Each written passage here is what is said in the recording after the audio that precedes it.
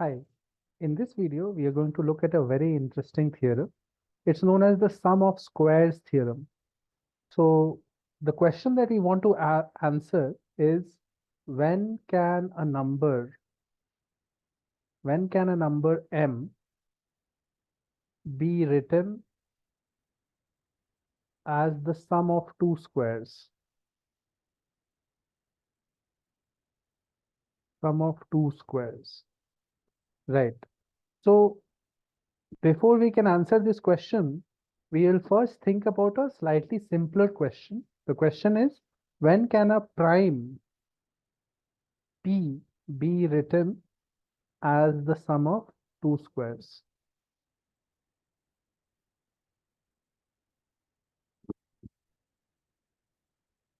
So before we can answer for a general number m, we should be able to say when can a prime number be written as a sum of two squares. And to handle that, we have this theorem, and the theorem states this: let P be a prime, let P be a prime, then P is the sum of two squares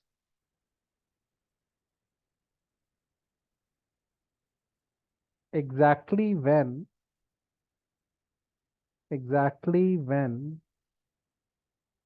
P is congruent to 1 mod 4 or P is equal to 2. So there are only two ways for a prime number P to be a sum of two squares. Either the prime number must be 2 or it must be congruent to 1 mod 4. So basically the prime should be of the form 4k plus 1. So let's think about the proof of this theorem. So obviously we have to prove both sides. So the first side is if P is the sum of two squares, then P is of the form 4k plus 1, or P is congruent to 1 mod 4. The 2 case is trivial. P2 can be written as 1 square plus 1 square. So we know how 2 can be broken up into sum of two squares. So we want to prove the other case where if P is the sum of two squares, I want to show that P is congruent to 1 mod 4, right? This proof can be done in two ways. The first way we will say is this method. So let's say let P be equal to a square plus b square. Here a and b are integers. Now let's reduce this equation modulo P. So since P is equal to a square plus b square, we can say a square plus b square is congruent to 0 mod P, right? Since it is adding up to P, when you take mod P, it must be congruent to 0 mod P, which implies that B square is congruent to minus A square mod P. Since we can subtract anything from both sides of a congruence. So we have this situation right now, correct? Now, if you recall from the theory of quadratic reciprocity, we knew that if A is congruent to B mod P, then the Legendre symbol A over P is equal to B over P, right? This was something that we have discussed in our quadratic reciprocity videos, right? So now here we have B square and minus A square are congruent to each other. So therefore we can say the Legendre symbol for B square over P should be equal to the Legendre symbol for minus A square over P, right? And now using the properties of the Legendre symbol, we can say this is B over P times B over P is equal to minus 1 over P times A over P times A over P, right? Now we don't know right now what is B over P or A over P, whether it is plus or minus 1. It could be anything, but since they are squared, we have 2 times B over P, right? So the product of minus 1 would be plus 1, and similarly this would be plus 1. So what we can say from here is that the left hand side of this equation is definitely plus 1, this is definitely plus 1, is equal to minus 1 over p, and this a over p whole square is also plus 1, right? So therefore, minus 1 over p is plus 1. And from the theory of quadratic reciprocity, we know that minus 1 over p is plus 1 means p must be of the form 1 mod 4. This is something that we discussed in our previous video. We are using quadratic reciprocity to prove here that if p is a sum of two squares, we can say that p is 1 mod 4.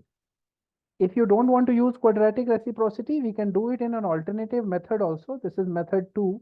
So let's say p is equal to a square plus b square. Now, since p is odd, we can't have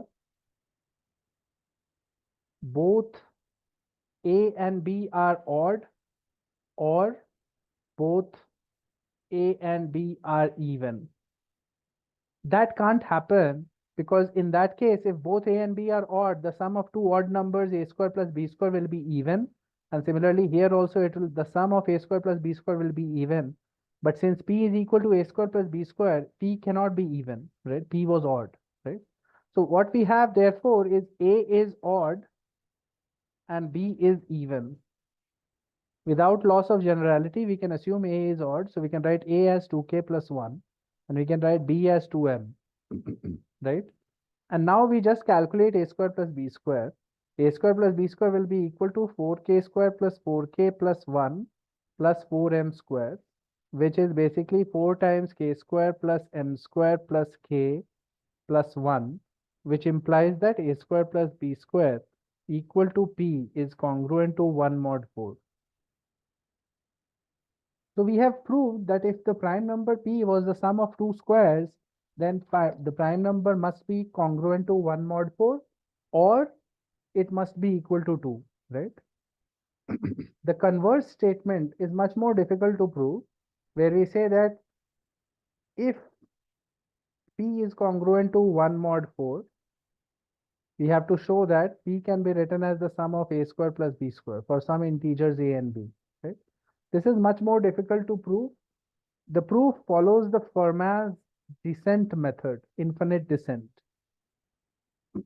I will not show the proof right now. However, if you're curious, you can try it out. And if you still have a problem, I will make a separate video on this. But it's a little involved. You can assume that it is true, or you can try and prove it. If you can't get it, I will do a separate video for that, right? Let's look at a particular question now, which uses the theorem that we have just now learned. So the question is this: if the prime p can be written in the form a square plus 5b square equal to p, then we have to show that p is congruent to 1 or 9 mod 20. This is what we have to prove. And we have p is equal to a square plus b square, right? A square plus 5b square, p is equal to that. So now the first step we will do is p is equal to a square plus 5b square. We will take mod 5 on both sides. So that implies p should be congruent to a square mod 5, right? Or we can write a square is congruent to p mod 5, right? Now, this means that p is a quadratic residue mod 5.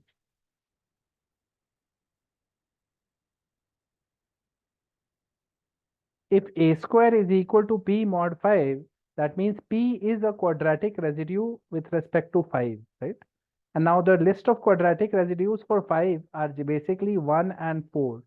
So that means that p must be congruent to 1 or 4 mod 5. So this is the conclusion that we are getting based on taking modulo 5 in this equation. We are getting that p is either 1 or 4 mod 5. Now what should we do next? So let's try that here. we have p square is equal to a square plus 5b square. This can also be written as a square plus b square plus 4b square. And now I will take modulo 4. Okay. So I'll say p square is congruent to, since this is divisible by 4, we can say p square is congruent to a square plus b square modulo 4, right? Not p square. I made a mistake here. It was just p was equal to. So we are getting here p is congruent to a square plus b square modulo 4. Now that means that from the theorem that we have just now seen, p can be written as sum of two squares, right? So that means p should be modulo 1 mod 4, right? Another way to see that would be, if p, since p is odd, we can obviously not take both of them as even or odd, right? Both of them cannot be even or odd. Therefore, one of them has to be odd and one of them has to be even. And when you take a square plus b square now, it will come out to be 1 mod 4. The same conclusion will follow, right? So far we have learned two things. One is p is congruent to 1 mod 4. And the second thing is p is congruent to 1 or 4 mod 5, right? So using these two, we can actually list down the possible p's, right? The question is asking us to prove that p is congruent to 1 or 9 mod 20, right? So if you want to think about it mod 20, then all you have to do is think of p could be from here, p could be, let's look at all the possible primes, 1 mod 4 primes, right? So it could be 5. It cannot be, he is congruent to 1 mod 4. So it can be 9, it can be 13, it can be 17, right? It could be 1 as well. We have missed out on a 1, right?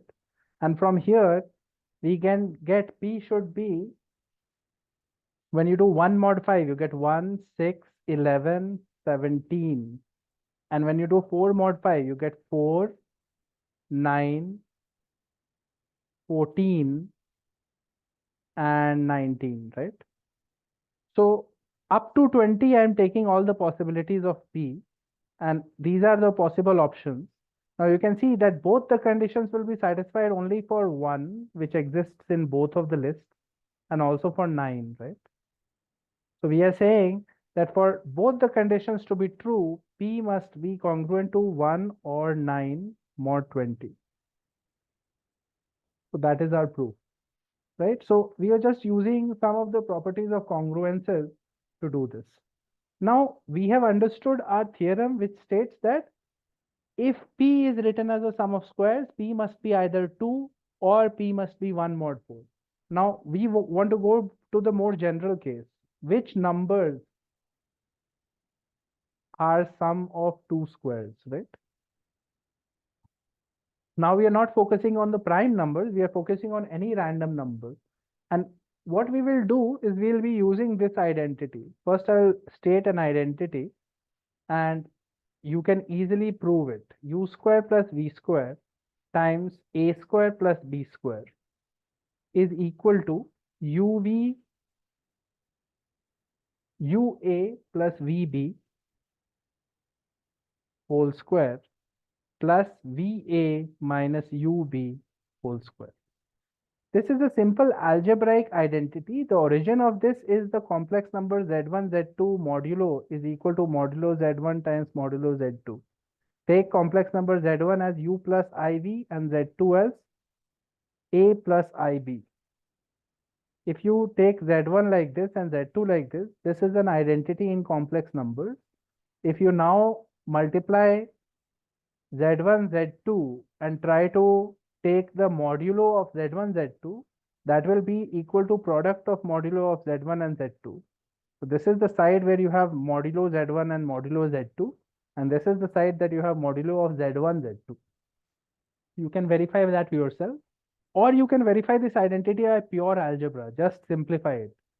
Simplify everything, you will realize the middle term here will get cancelled with the middle term here. And what will be left is the sum of squares here, right? It is pretty obvious. Why are we using this identity? I will just show you that in a bit.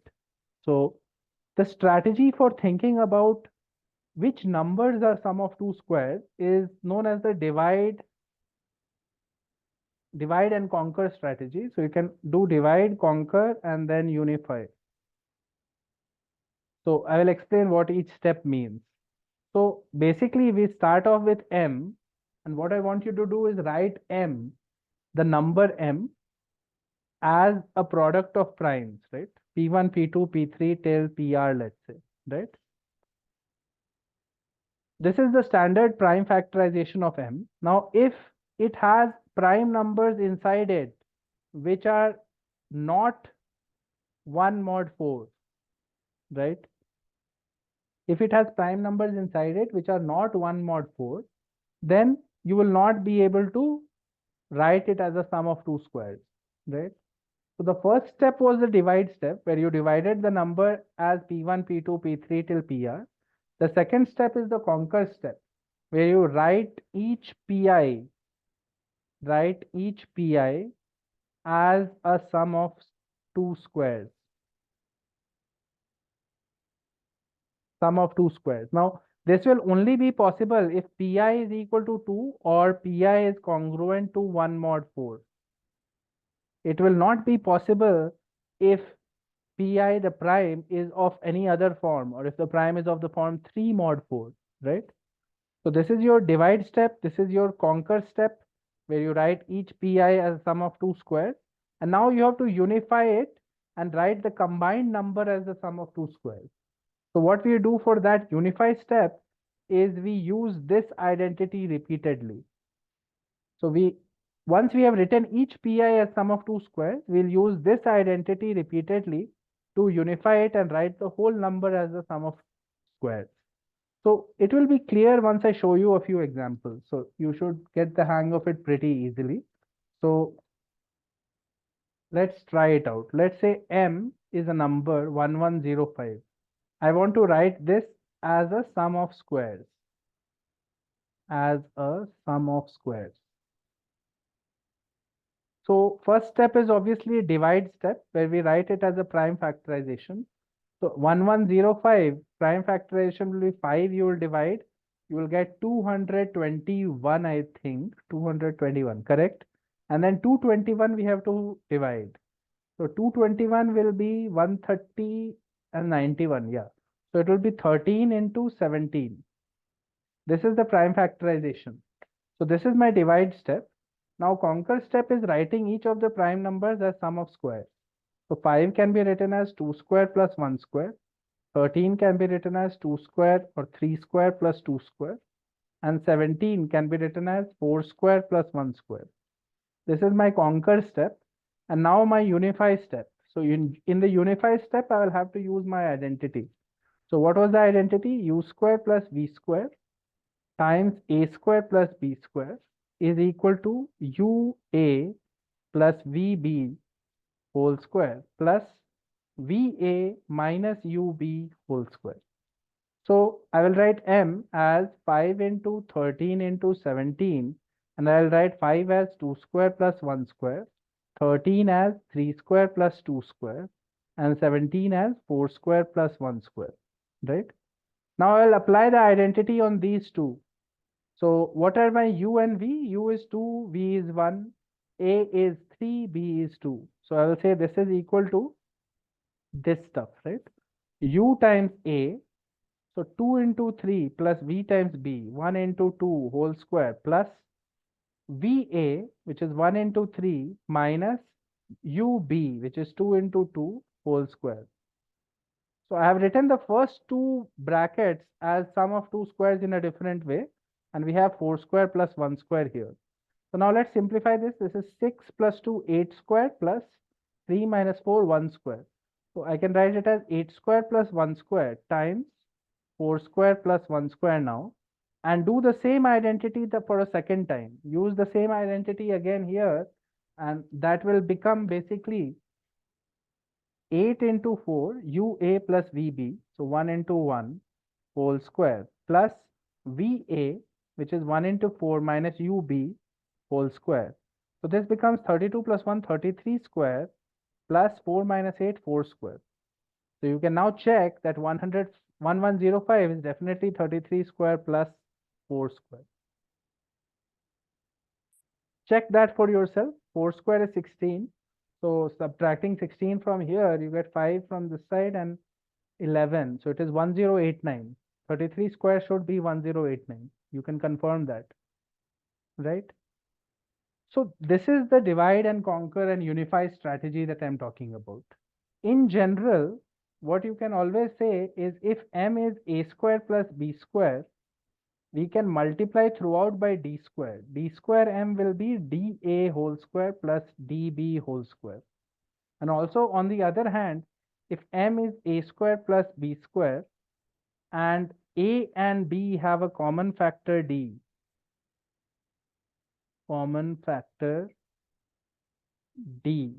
then you can write a as d times capital A and b as d times capital B, and we can write m as capital D square, capital A square plus B square, and therefore you can write m by d square as a square plus b square. And here, from here, it is obvious that d square divides m, so this is an integer, and this integer is also written as a sum of two squares, but these are smaller numbers. We started off with this, and we have cancelled the common factor of a and b, and we get a smaller version of the same thing, right? So why am I telling you all this? Because sometimes you will have situations where the numbers are bigger. So for example, let's say the number is m is 25798500. This is a huge number. Now what I will say is I can express this as a sum of squares. How do we do that? So obviously I'll follow the divide and conquer strategy. I will say this number m, its prime factorization I will find first. It will be 2 square times 3 power 4 times 5 power 3 times 7 square times 13, right? Now this step is the painstaking step. You have to do the prime factorization correctly. Now one thing you can realize here, that 2 is fine, but 3 is not a proper prime number, right? 3 is of the form 3 mod 4. So 3 cannot be expressed as a sum of squares, right?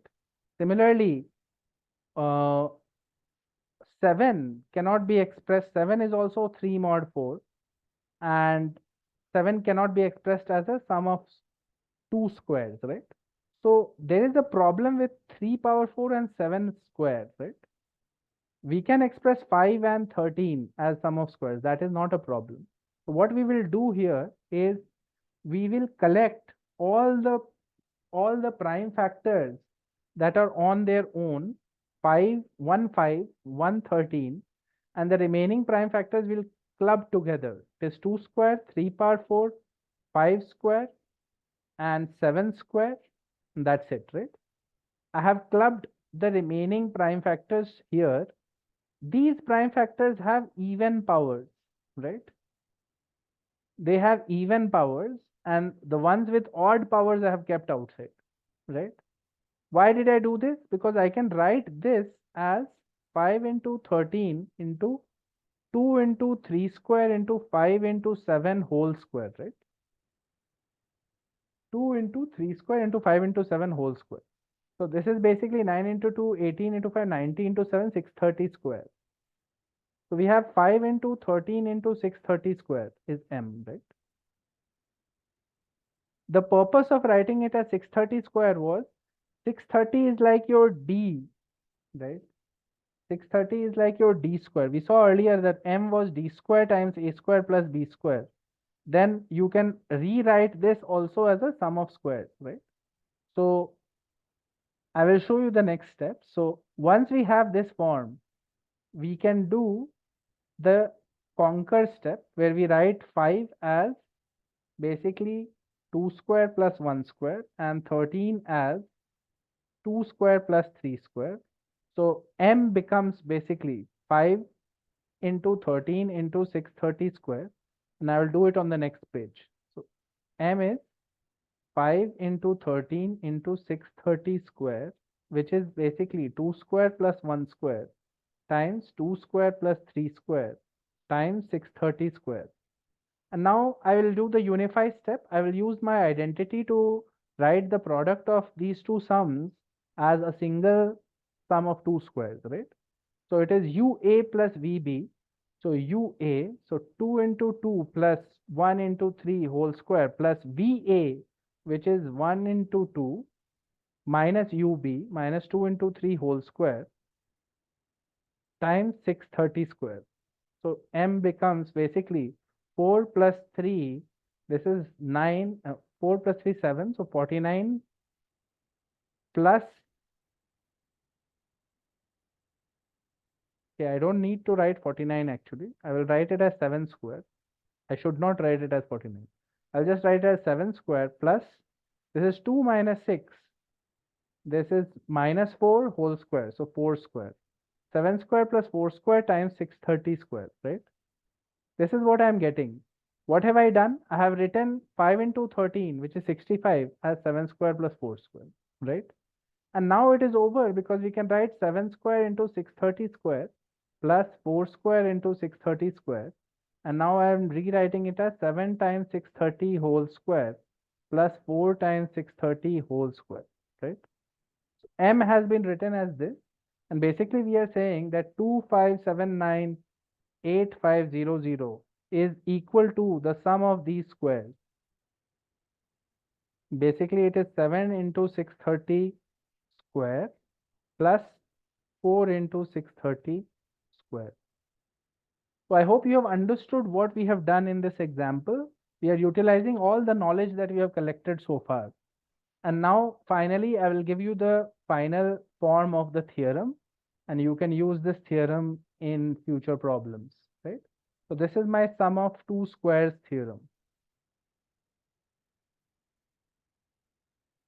So let m be a positive integer. Let m be a positive integer. Now, first of all, factor m as m is equal to p1, p2 till pr times some capital M square, where p1, p2, pr are distinct prime factors.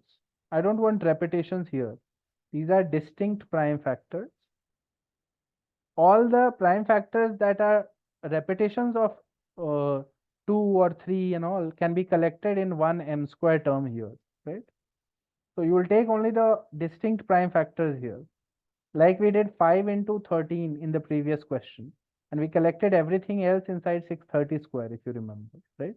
That is what we are saying. Keep the distinct prime factors here. Everything that is repetitive, you collect into capital M square. Then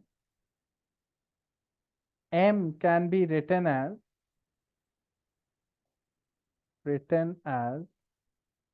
sum of two squares,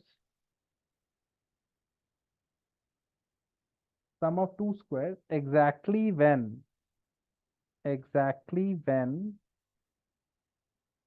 pi that came in this list of distinct prime factors is either 2 or is congruent to 1 mod 4. Each of these distinct prime factors must be either 2 or must be 1 mod 4. Then only you can do this sum of squares. Also, the other part of the theorem can be stated like this. The number m can be written as m equal to a square plus b square with GCD of a and b equal to 1 if and only if it satisfies one of the following two conditions. one of the following two conditions. The first condition is m is odd, and every prime divisor, every prime factor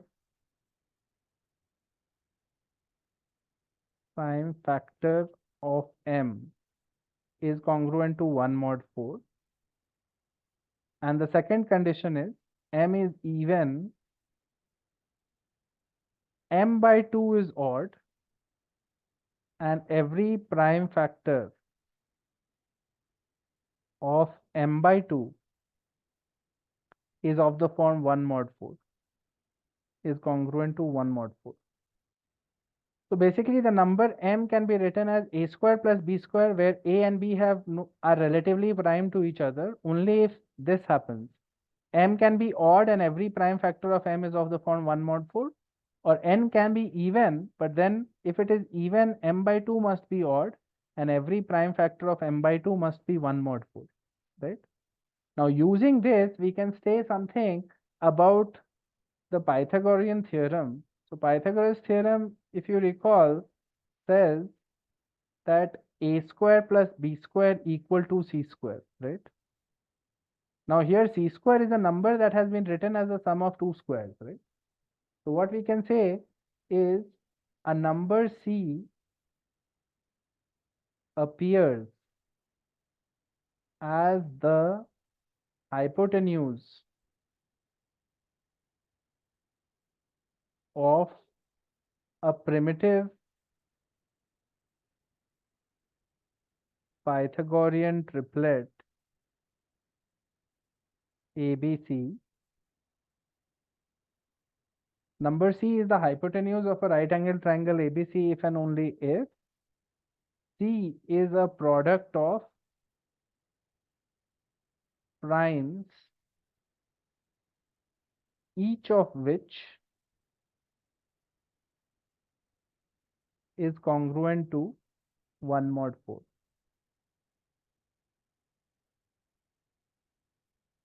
Basically, the number c square has been written as product of primes which must be congruent to 1 mod 4, because c square has been split as a square plus b square, right?